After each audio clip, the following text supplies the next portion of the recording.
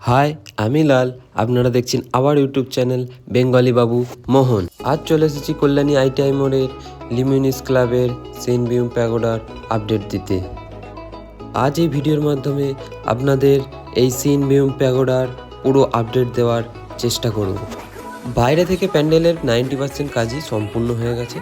এই যে কালো পর্দাটা দেখতে পাচ্ছেন, ওর ভিতরের কাজগুলো আপাতত করা হচ্ছে। মোটামুটি বাইরে 90% কাজ কমপ্লিট।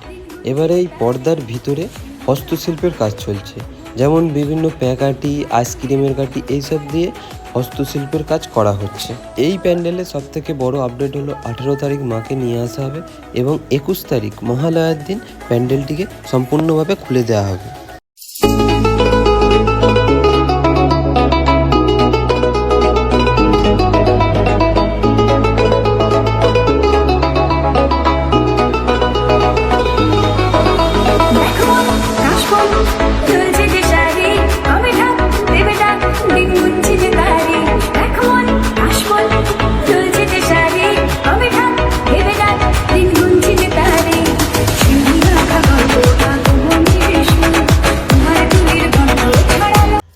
মণ্ডপের বাইরে প্রায় সব কাজই কমপ্লিট।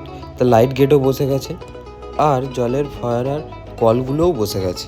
প্যান্ডেলটির উচ্চতা প্রায় 180 ফুট, যেটি এবছরের সবথেকে বড় প্যান্ডেল বলে ধরা যায়। এবারে বলে দিই কল্যাণী আইটিআই মোড়ে কিভাবে আসবেন। আপনারা শিয়ালদা থেকে ট্রেন ধরে কল্যাণী স্টেশনে এসে নামবেন। স্টেশনের বাইরে প্রচুর টোটো দাঁড়িয়ে আছে, যাকে বলবেন সেই আপনাদের নিয়ে চলে যাবে কল্যাণী আইটিআই মোড়।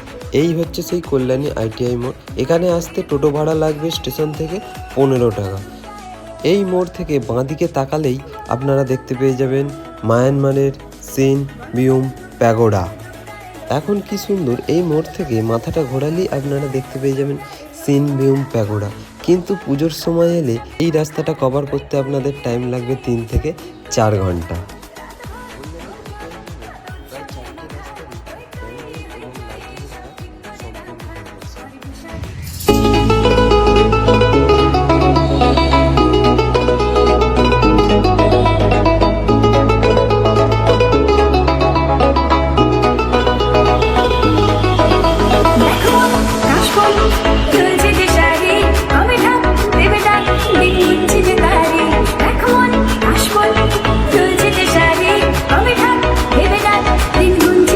চলুন বন্ধুরা, এবার আপনাদের দেখাবো মণ্ডপের পিছন দিকটা।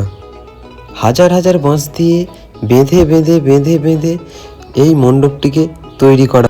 আবারও বলে রাখি, এই মণ্ডপের উচ্চতা 180 ফুট এবং চওড়ায় 150 ফুট। এই কাকাদেরই কঠোর পরিশ্রমে আজ এই মণ্ডপটি তৈরি হয়েছে। সেন্ট বিউম প্যাগোডার মাথার অংশটা এখনও লাগানো হয়নি, এখানে রাখা রয়েছে। এটা হলো জনসাধারণ যাওয়ার গেট।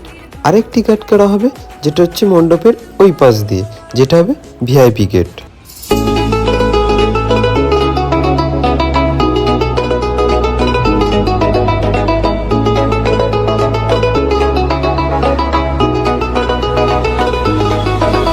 দেখো